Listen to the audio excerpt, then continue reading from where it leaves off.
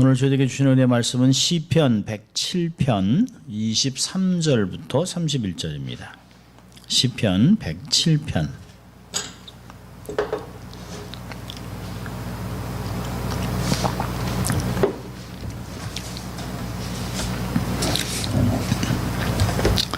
시편 107편 23절부터 31절입니다. 우리 차셔서 우리 한 목소리로 한번 같이 읽도록 하죠. 선척을 바다에 띄우며 큰 물에서 영업하는 자는 여호와의 행사와 그 기사를 바다에서 보나니 여호와께서 명하신즉 광풍이 일어나서 바다 물결을 일으키는도다. 저희가 하늘에 올랐다가 깊은 곳에 내리니 그 위험을 인하여 그 영혼이 녹는도다. 저희가 이리저리 구르며 취한 자같이 비틀거리나니 지각이 혼돈하도다. 이에 저희가 근심 중에서 여호와께 부르짖음에 그 고통에서 인도하여 내시고 광풍을 평정히 하사 물결로 잔잔케 하시는도다. 저희가 평안함을 인하여 기뻐하는 중에 여호와께서 저희를 소원의 항구로 인도하시는도다. 여호와의 인자하심과 인생에게 행하신 기이한 일을 인하여 그를 찬송할지로다. 아멘. 오늘은 30절에 있는 말씀을 가지고 나누려고 합니다. 소원의 항구, 소원의 항구라고 하는 제목을 오늘 나누려고 합니다.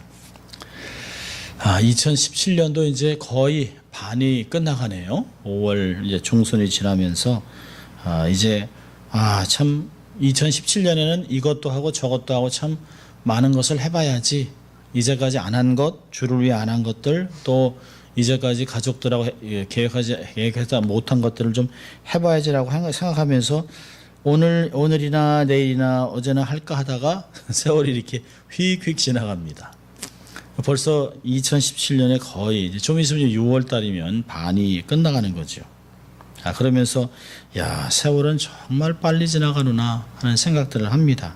또 주위의 선배 목사님들이나 또 그들의 가족들이 하나둘씩 떠나면서 세월은 정말 기다려주지 않는구나. 5월은 가족의 달, 가정의 달 해서 가족을 생각하면서도 입으로는 가정하면서도 사실 이렇게 특별히 돌보지 못하는 그런 안타까운 모습들이 사실은 있습니다. 참 너무 빨리 지나갑니다. 참 지난 한 5개월을 생각해 보면서 참 좋은 일도 많았지만 참 고준 일도 있고 염려했던 일도 많고 또 아직도 고민하고 있는 일들이 참 많이 있어요. 그래서 참 이런 많은 일들이 주마등처럼 휙 스쳐갑니다. 정말 인생의 굴곡을 경험하고 사는 것이죠. 평탄하게 가는 사람은 아무도 없습니다. 그냥 저는 가끔 요즘 이렇게 들여다보는 프로그램 중 하나가 서민갑부라는 프로그램입니다. 서민갑부. 하나같이 고생을 정말 너무너무 많이 했어요. 이제야 자기들이 재산이 10억이도 하고 25억이도 하고 어떤 사람은 30억도 하지만 그들의 손을 보면 다 불어탔습니다.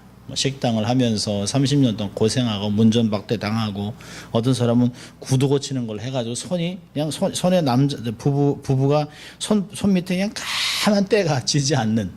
그래서 이렇게 사람들하고 인터뷰를 하면서 자꾸 손을 가리는.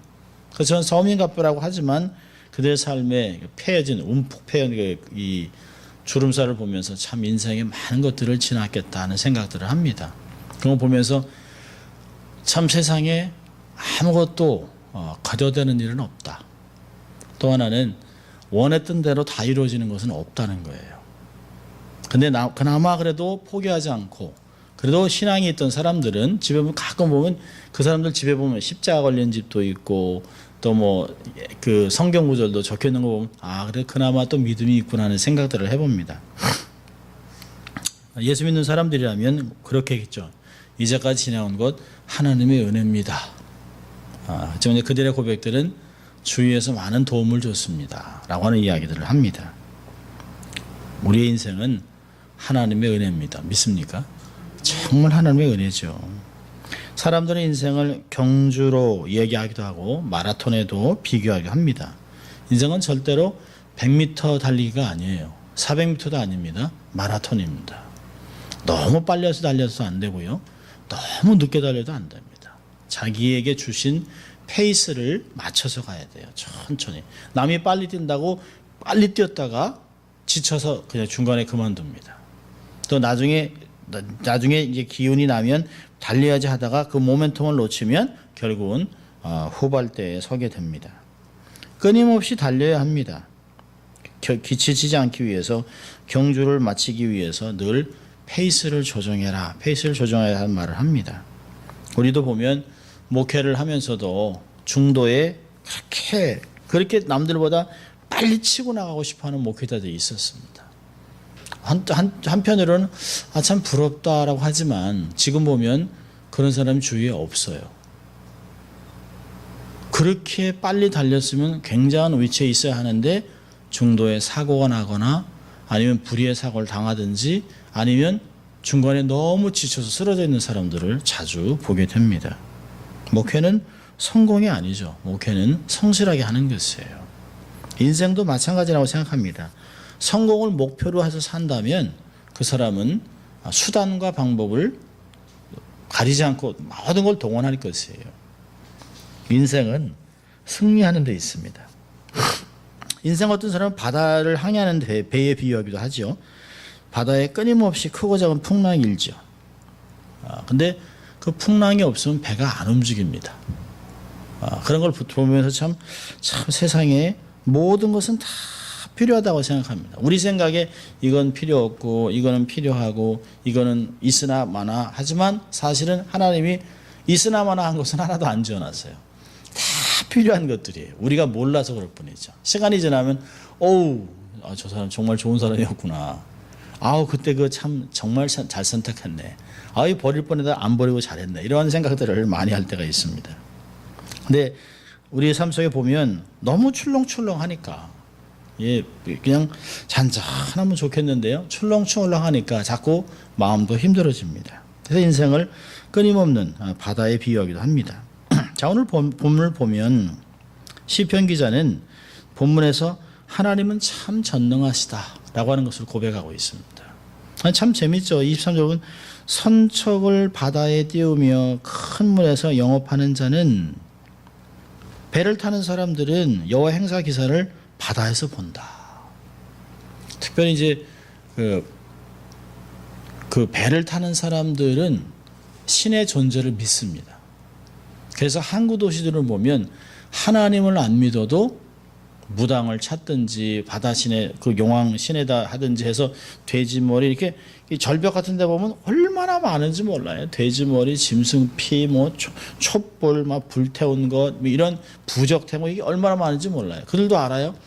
갔다가 돌아와야 살았다는 걸 압니다. 자, 그리고 여기서 보면 세상 사람들하고 다른 게 뭐냐면 모든 사람이 선적을 바다에 띄우고 큰 물에서 영업하는 자는 누굴 본다는 거예요? 하나님을 본다는 것이에요. 하나님이 계시는구나 라고 하는 것이에요. 오늘 본문에서 보면 하나님은 창조물 안에서 역사하신 하나님이에요.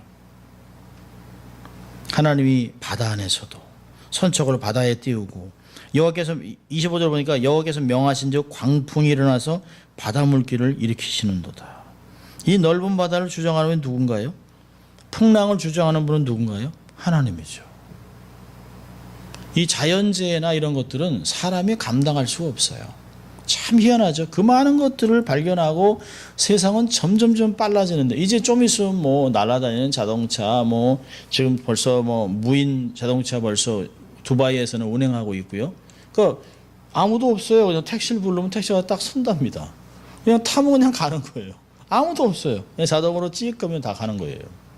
지금 한국에서는 폰으로 다 계산을 다 한대잖아요. 자동차를 인터넷으로 연결해가지고 자동차가 지나가면 막 화면이 뜬답니다. 뭐가 어디 거 해서 그냥 자동으로 지나가면서 다 결제도 하고 이게 주문도 하고. 그러니까 이제는 거의 동전이 2020년이 되면 동전 자체가 없어진다 그러잖아요.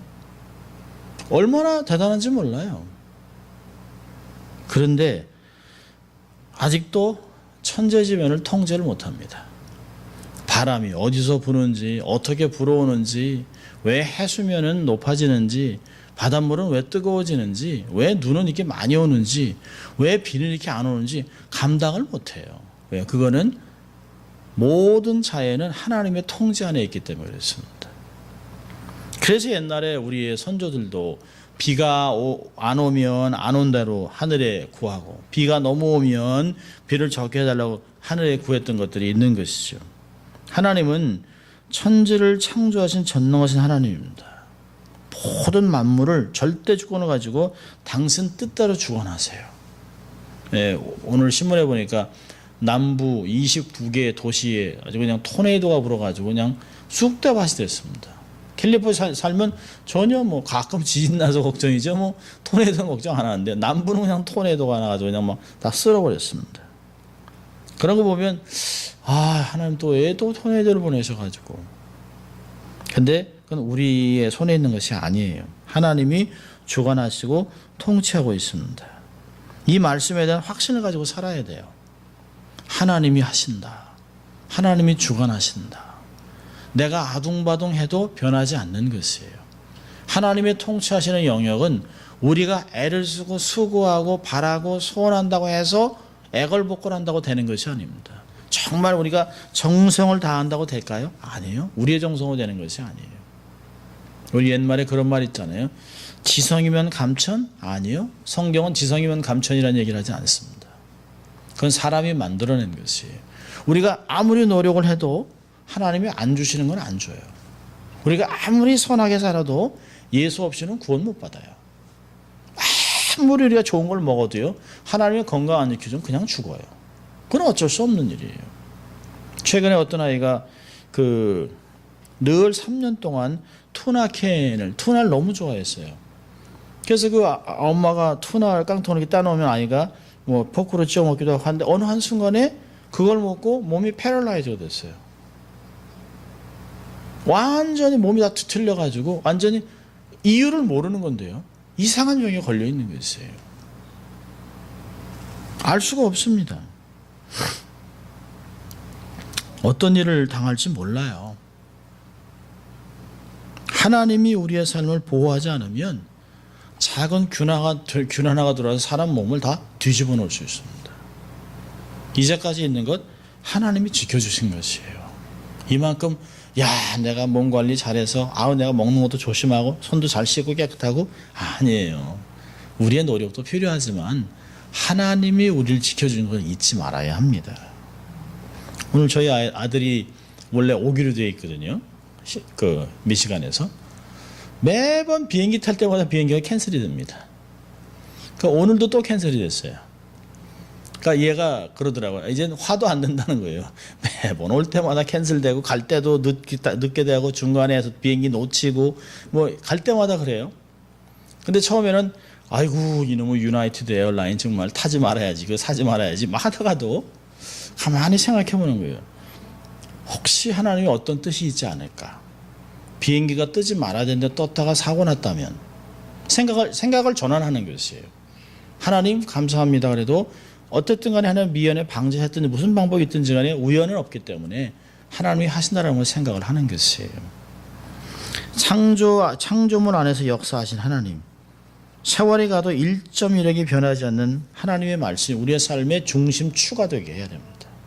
세상은 정신없이 바뀌죠. 그래도 바뀌지 않는 말씀에 초점을 둬야, 마음의 중심을 추월둬야 세상에서 흔들리지 않습니다. 우리 인생의 주의 뜻 가운데 있는 것으로 인해서 감사해야 되는 것이에요. 오늘도 하나님의 은혜였습니다. 전능하신 주의 손에 살아있고 있는 것이 가장 안전하고 복된 것이에요. 그래서 우리가 할 수 있는 것은 하나님 오늘도 하나님의 손에 제 삶을 맡깁니다. 하나님의 뜻을 이루어 주시옵소서라고 하는 것이 우리의 진솔한 고백이 되어야 합니다. 자, 두 번째로 보면 26절 27절을 보면 만물을 통치하시는 하나님이에요. 하나님은 이 세상을 당신의 뜻으로 주장하고 계시는데요. 제가 보니까 저희가 하늘에 올랐다가 깊은 곳에 내리니 그 위험을 인하여 영혼이 녹는도다. 저희가 이리저리 구르며 취한 자같이 비틀거리니 지각이 혼돈하도다. 하나님이 살려주지 않으면, 생명을 공급해주지 않으면 우리는 살 수가 없어요. 하나님의 크신 능력 앞에서 우리 인간은 보잘것없는 존재죠.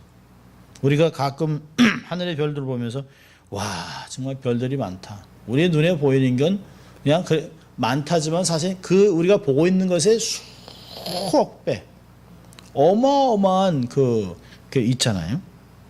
우리가 외웠던 건 뭐 그냥 태양을 중심으로 해서 9개 행성, 뭐 61개 위성 하지만 갈수록 보면 은하계는 너무너무 큰 것이에요.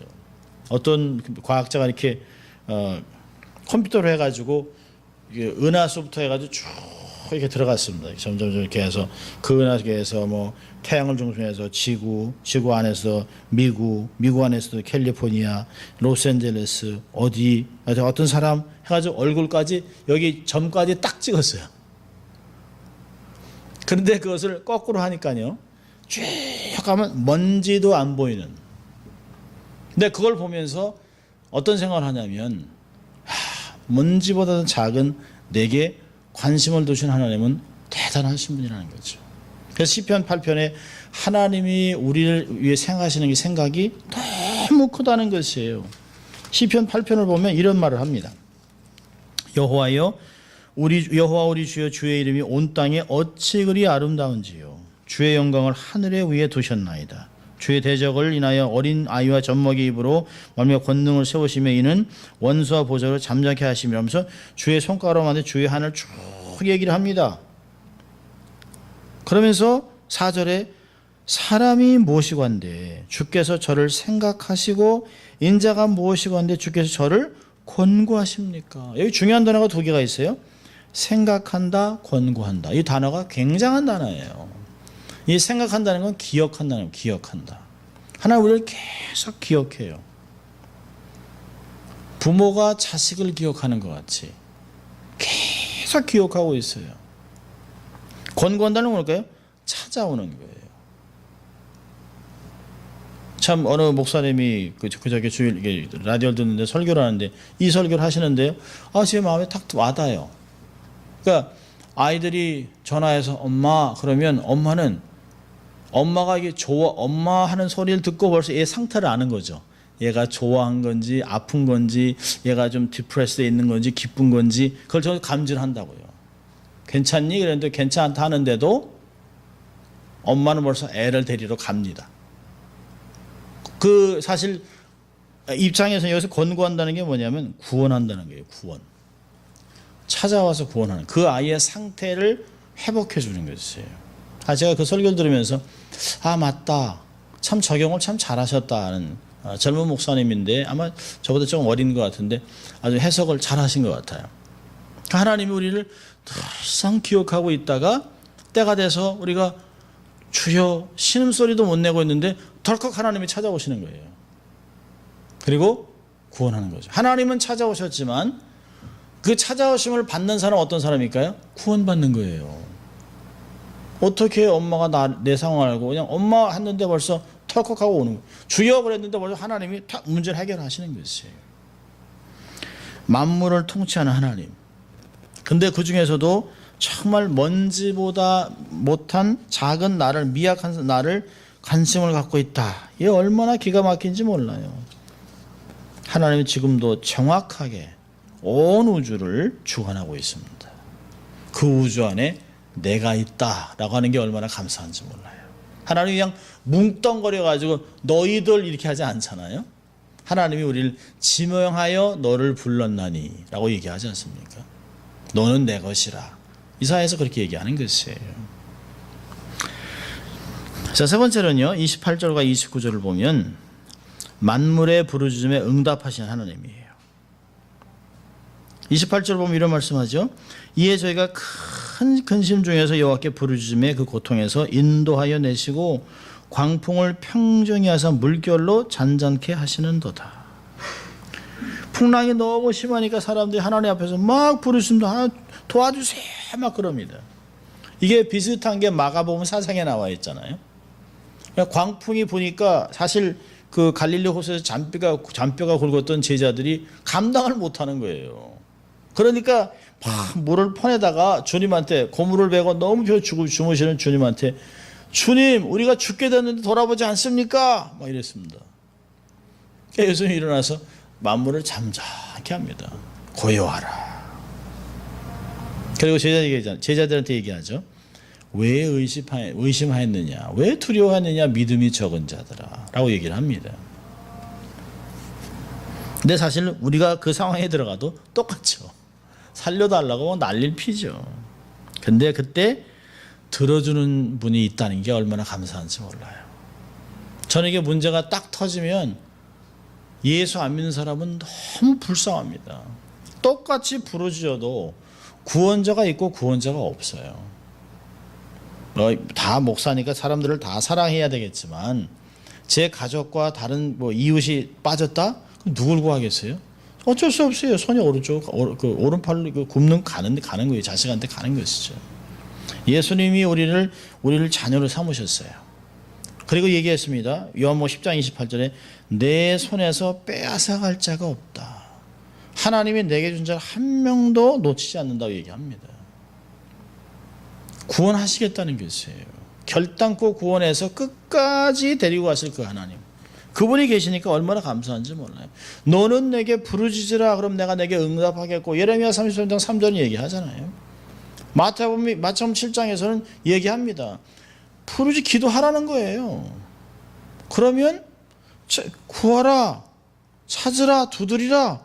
그러면 얻게 되고 찾게 되고 문이 열린다는 것이에요. 7장 7절에 11절까지 마태복음 얘기하잖아요. 너희가 비록 악할지라도 자식에게 좋은 것을 줄 줄 알거든 하물며 천부께서 너에게 좋은 것을 주시지 않겠느냐. 기도 응답은 확실한 것입니다.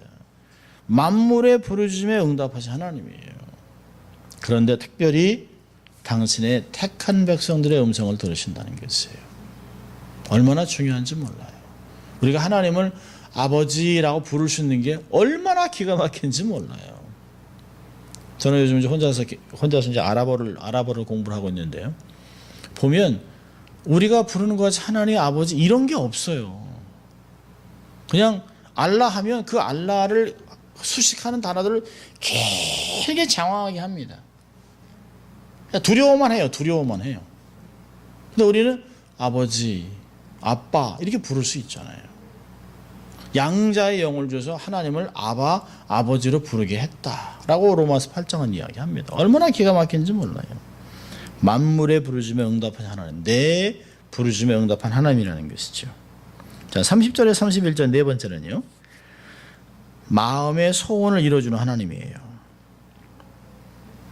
저희가 평안함을 인하여 기뻐하는 중에 여호와께서 저희를 소원의 항구로 인도하신다. 여러분 사람들마다 바라는 소원이 있잖아요. 자신이 소원하는 항구가 있어요. 어떤 것은 건강이기도 하고 가정이기도 하고 자식이기도 하고 명예이기도 하고 많습니다. 하나님께서는 그 소원의 항구로 우리를 인도하세요. 여러분 시편 기자는 체험에서 나온 신앙 고백을 시로 읊고 있어요. 31절에 얘기합니다. 여호와의 인자하심과 인생에게 행하신 기이한 일이라여 그를 찬송할지로다. 여러분 하나님께서 우리가 잘못했다고 때리고 망하게 한다면 이 자리에 있을 사람이 누가 있겠어요? 그럼에도 불구하고 내 자식이니까 내치지 않는 것이에요. 그러면서 어찌하든지 간에 하나님의 인자하심 우리를 살리는 것이에요. 그래서 예레미야 애가 3장에서 그러잖아요. 하나님의 성실함이 아침마다 새로우니 참 얼마나 기가 막힌지 몰라요. 해가 동쪽에서 떠오는 걸 보면 이 성실하신 하나님이 나를 돌보고 있구나. 아침마다 새롭습니다. 라고 고백하고 있어요. 우리는 인생에 행하신 기이한 일로 주님을 찬송해야 됩니다. 우리는 기이한 일 그러면 그냥 큰 대박 나는 거, 기적 이런 것만 생각하죠. 그렇지 않아요. 사실은요, 우리를 공격하는 대적이 얼마나 많은지 몰라요. 주위의 사단과 거짓된 이 가르침이나 거짓된 이것들이 우리를 하루에도 몇 번씩 죽이려고 합니다. 그걸 하나님이 전후좌우를 우리 거룩으로 보호하시기 때문에 우리가 안 죽는 거예요. 사고가 안 나는 것이에요. 근데 우리는 늘 다르게 생각을 합니다. 평상시 하나님의 지켜주는 것들을 잊어버리고 살아요. 하나님이 하시는 일을 인간들이 알 수가 없죠. 어떻게 이해하겠습니까? 어떻게 다 알 수가 있겠어요? 하나님 무슨 일 하는지 예측할 수도 없어요. 우리는 비록 풍랑과 파도가 있는 많은 정말 이게 엎치락뒤치락하면서 인생을 살고 있지만 우리가 비록 내일 무슨 일이 일어날지 모르지만 어떤 일이 오늘 밤에 닥칠지 모르지만 하나님만 의지하고 바라보는 사람에게는 소원의 항구에 도달하게 한다는 것이에요. 그 풍랑의 끝에는 하나님의 축복이 기다리고 있다는 것이에요. 그래서 견디라는 것이에요. 조금만 더 견디라는 것이에요. 힘들어도 다 포기하고 싶어도 조금만 더 견디라는 것이에요. 아직도 최고의 것은 오지 않았습니다. 참 놀랍죠. 물이 100도에서 끓잖아요. 90도, 91도, 93도, 94도 안 끓어요. 100도가 돼야 끓습니다. 근데 우리가 대개가 98쯤에 꺼버려요.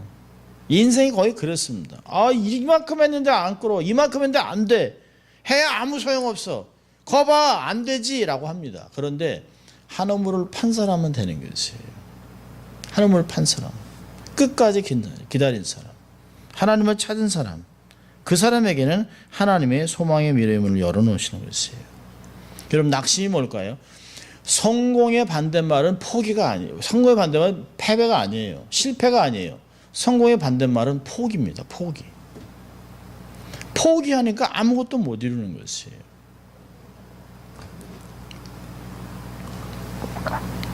한국에서 1급 장애자가 있는 사람이 교사가 됐어요. 참 세상 좋아진 거죠. 옛날 같은 병신이라고 하고 못 오게 하고 할 사람을 이제는 인권이라고 하는 이름 안에 정말 1급 장애자가 휠체어를 타고 몸이 흔들리면서도 스승이 됐어요. 그리고 스승의 날에 스승의 노래를 받았습니다. 그 부모가 얼마나 감동이겠어요. 너무너무 감동. 새로운 세상이 열렸다는 거죠. 포기하지 않으니까. 근데 그분에게 누군가 그런 얘기를 했다는 거죠. 사람은 다 필요해. 사람은 다 할 일이 있어. 사람은 다 자기의 부르심이 있어. 너밖에 못하는 것이 있어라고 하는 얘기 해줬다는 거예요. 그걸 붙잡은 사람은 그렇게 된 거고, 아이고 내가 뭐 병신인데 장애자인데 뭘 하겠어. 아무 가족에서 네가 뭐래 집구석에 그냥 처박혀가지고 그냥 있어. 나가지 마. 창피해. 동네 아유 그냥 나가지 마. 그러다 보면 사람이 그냥 하나 그냥 망가지는 거죠. 생각을 주님께 맞추는 것 얼마나 중요한지 모릅니다. 주님이 하신다. 주님이 내 안에서 이루시면 이루는 것이에요. 우리는요 모두 마음에 소원을 갖고 삽니다. 누구나 크고 작은 소원을 가지고 살아요. 우리도 소원들이 있잖아요. 뭐 물질적인 안정도 있고 자녀들이 행복. 이제 고생은 그만했으면 좋겠다. 가난은 정말 이제 그만. 뭐 이런 것도 있습니다. 그만 아팠으면 좋겠다. 이제 교회도 빨리 부흥했으면 좋겠다. 한국이 좀 빨리 통일됐으면 좋겠다. 뭐 이게 소원이 얼마나 많은지 몰라요. 좋은 소원을 갖고 있는 사람도 있지만 헛된 소원을 갖고 있는 사람도 있어요. 근데 욕심에서 나오는 소원은 결코 축복이 될 수 없습니다. 자, 그렇다면 예수 믿는 사람은 선한 소원을 가져야 돼요. 선한 소원. 좋은 소원을 가져야 됩니다. 어떤 것이 좋은 소원일까요? 하나님의 영광을 드러내는 것. 그런 소원을 갖는 것이 너무 중요한 것이에요. 내 거 뭐 이런 게 아니에요. 성경에 보면 좋은 소원을 갖고 있는 사람이 많이 있어요. 롯 같으면 정말 불쌍한 시어머니 나오미 헤어지지 않고 평생 모시고 살겠다는 정말 소원을 갖잖아요. 그 소원을 통해서 기가 막힌 결과가 왔잖아요. 다윗의 할머니가 되는 역사가 나타납니다. 다윗의 소원은 뭘까요? 하나님께 성전을 바쳐드리는 거예요. 성전을. 야곱은요, 하나님이 막 자기 에서 통해서 막 도망가다가 베델에서 그 베개를 베고 자다가 갑자기 환상을 통해서 하늘에서 쭉 천사에 내려오고 오르락 하는 걸 봅니다. 그러니까 하나님이 내가 너를 축복하겠다. 결코 너를 떠나지 않겠다. 그러니까 하나님 제가 다시 돌아오면 제가 이곳에 성전을 지어드리고 하나님만 섬기고 제가 11조를 바치겠습니다. 사실은 아무것도 안 했는데요. 아무것도 안 했는데 그곳에 바로 성전이 세워졌어요. 그 소원이 너무너무 중요한 것이에요. 모세는요, 하나님 앞에 자기가 민족을 구하겠다는 소원을 갖잖아요. 근데 하나님이 그 사람의 힘으로 하면 안 되니까 40년을 묵혀요. 묵혀서 그를 성숙하게 목자로 만들어 놓고 이스라엘 목자로 해서 하나님이 직접 이스라엘을 축복합니다. 참 좋은 것이에요. 소원은 하나님의 축복입니다. 소원이 있다는 것 자체가 살아있다는 것이고 좋은 소원을 갖고 있는 하나님의 축복이에요. 여러분, 좋은 소원은 하나님께로부터 와요. 빌립보서 2장 13절을 보면 너희 안에서 행하시는 이 하나님이시니 자기의 기쁘신 뜻을 위하여 너희로 소원을 두고 행하게 하신다. 여러분, 예수 믿는 사람들 안에는 다 성령님이 계세요. 그래서 전에는 생각하지 않았던 긍휼한 마음, 불쌍한 마음, 참 도와주고 싶은 마음, 뭘 이거 했으면 좋겠다. 하나님, 제가 이런 거 해드리고 싶어요. 지금 상황은 안 되지만 하나님 기회를 주시면 이런 거 해드리고 싶어요 라고 하는 마음들이 생기는 건 하나님이 주시는 것이에요. 성령님이. 어떤 때는 이게 소원이 너무 커요. 이건 내가 하나님 이게 내 마음뿐인 말만 되면 안 되는데요. 하나님은 소원을 주실 때 어느 때라고 하는 때를 안 주세요.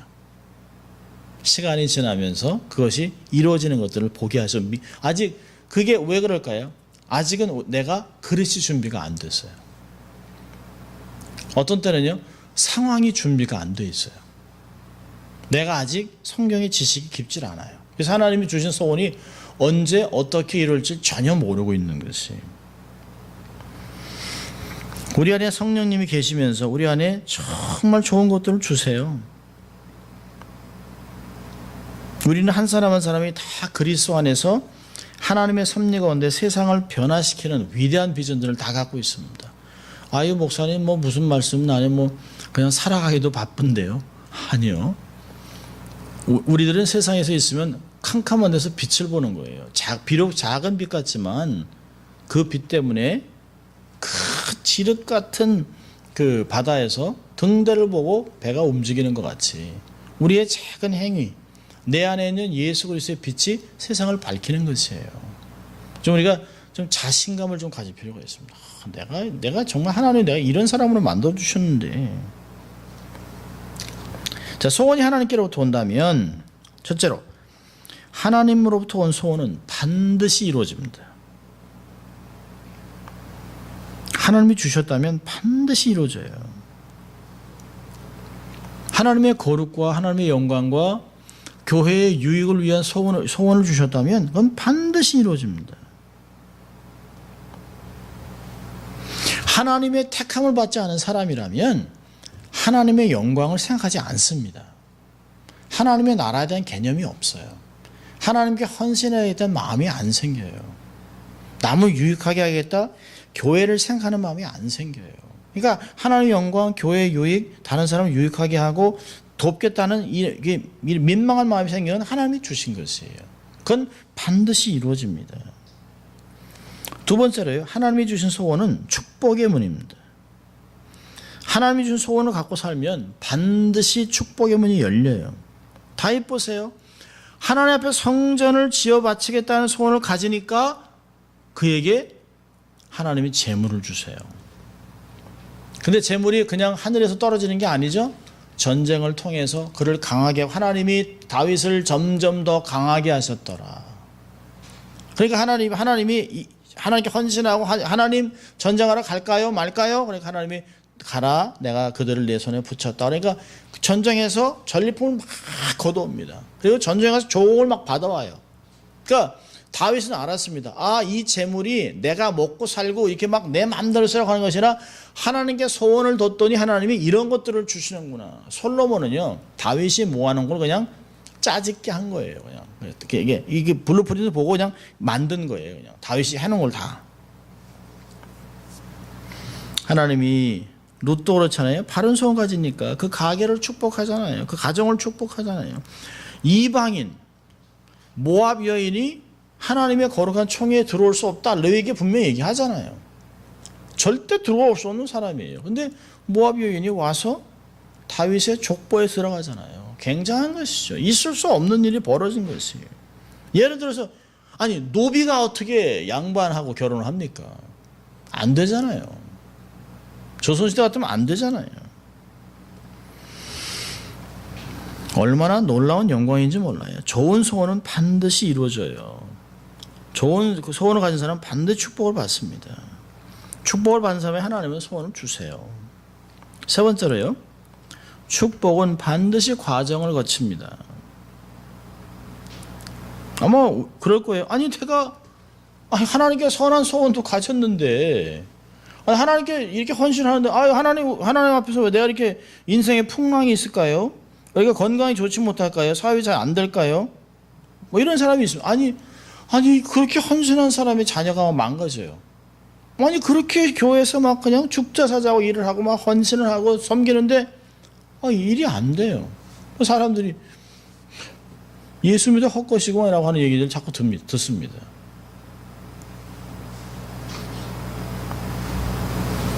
그런데 우리의 삶에 선한 소원을 갖고 살아가는데 우리에게 오는 풍랑은 그냥 오는 게 아니라는 것이에요.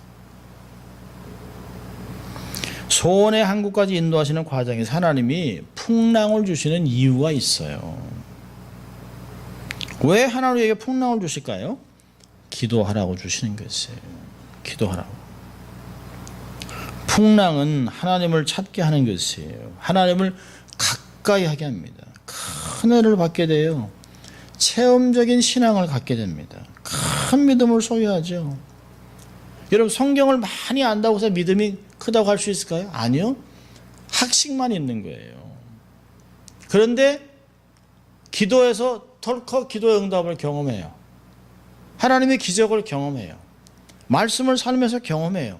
그것도 내 삶의 힘이 되는 것이에요. 내가 그냥 머리로 아는 건 아무 소용없어요. 뭐 모르는 것보다 낫죠. 내 성경을 많이 안다고 신앙에 그렇게 도움이 되지 않더라는 것이에요.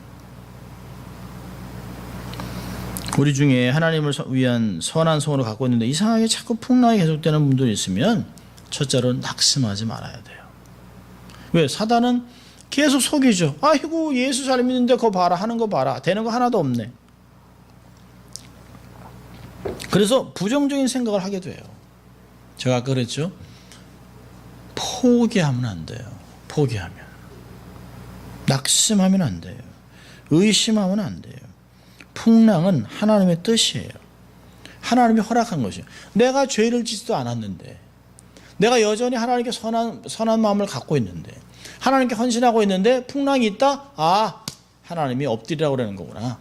하나님이 나를 자꾸 부르는구나. 풍랑을 통해서 가까이 오라는 거예요. 가까이 오라는 거예요. 하나님 말씀하셔서 어떻게 파도를 지나갈지 어떻게 소망의 항구로 갈지 하나님 말씀해 주기 위해서 자꾸 가까이 부르시는 거예요. 그렇지 않으면 우리가 우리 힘으로 가려고 해요.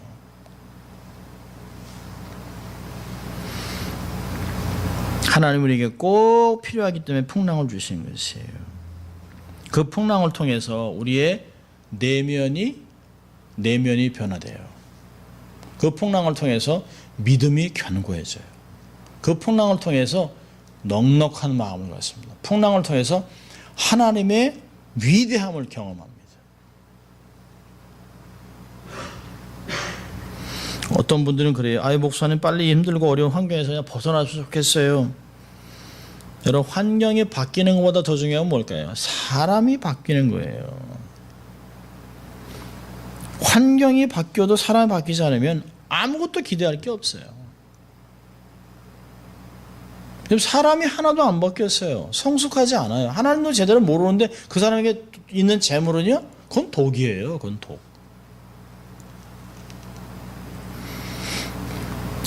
이상하게 사업이 잘 되기 시작하고 막 높은 고난의 벽이 사라지고 막 정말 환경이 좋아졌는데요.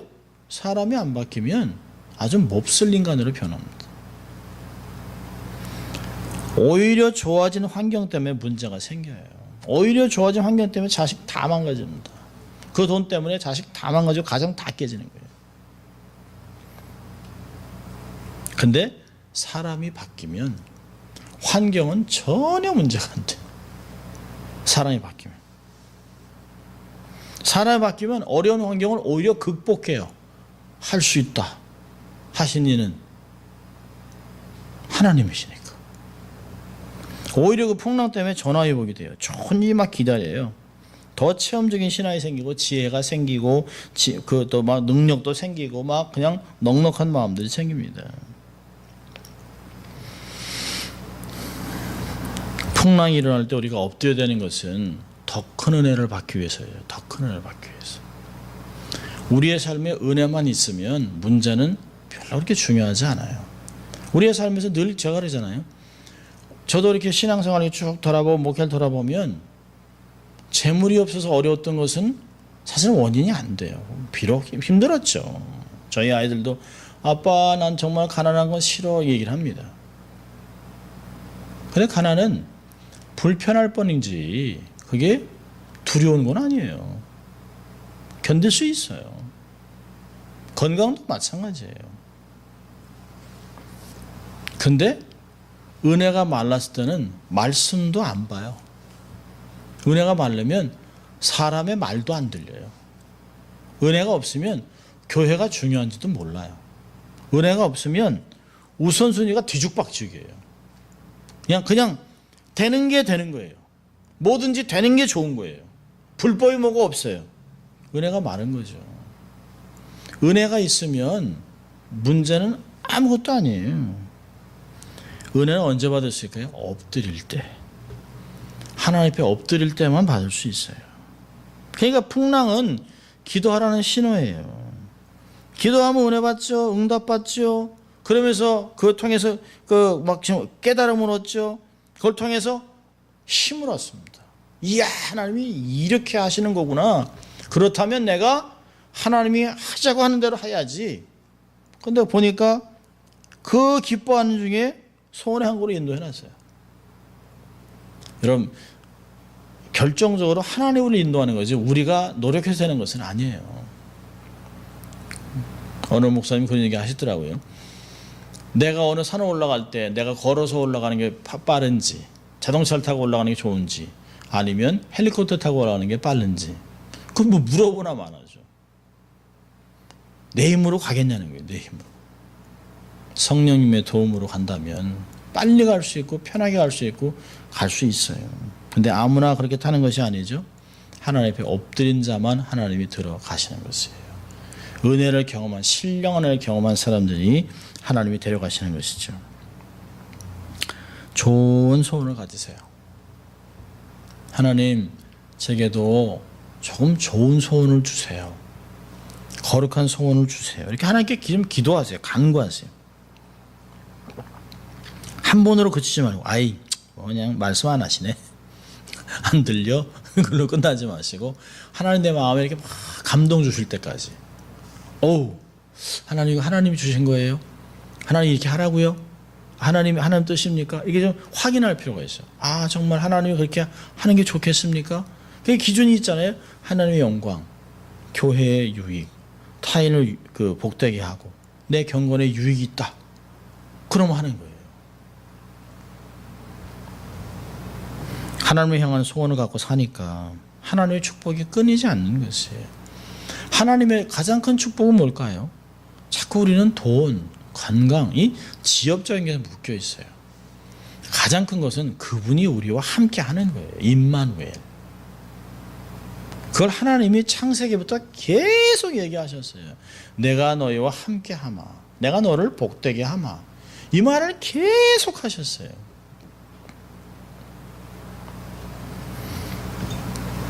하나님의 축복, 하나님과 동행, 하나님 나와 함께하는 것입니다. 하나님이 좋아하는 소원을 계속 가지세요. 더 큰 소원을 달라고 하세요. 그리고 이루세요. 그리고 헌신하세요. 하나님이 행하신 걸 보세요. 그럼 결국 하나님이 소원이 이루어지고 하나님이 나를 통해 이런 일을 하셨네. 하나님 감사합니다. 그럼 다음에 또 이렇게 인생에 이렇게 조금씩 이렇게 한 계단씩 올라가는. 그래서 하나님이 하셨던 걸 보면서 벌써 하나님이 하신 걸 보면 내가 벌써 이만큼 올라와 있네. 하나님 감사합니다라고 할 수 있는 그런 인생이 되어야 될 것입니다. 모든 소원이 이루어지고 하나님께 영광 돌리는 인생 되시길 주의 이름으로 축원합니다. 기도하겠습니다. 하나님 아버지 감사합니다. 오늘도 저희를 말씀 앞으로 초청하셔서 우리가 어떠한 자세로 마음으로 삶을 살아갈지 저희를 인도하신 주님 감사합니다. 하나님, 하나님이 향한 선한 소원을 가지고 우리 삶을 살아가실 때 하나님이 주신 축복을 가지고 하나님께 헌신하고 하나님 나라를 세워가는 가운데 우리가 소원했던 그 소망의 항구로 돌아가는, 오히려 하나님 우리에게 주셨던 소망의 항구로 들어가는 저희들 될 수 있도록 하나님 축복하여 주시옵소서. 감사하고 예수님 이름으로 기도합니다. 아멘. 이 말씀을 좀 생각하면서 우리가 함께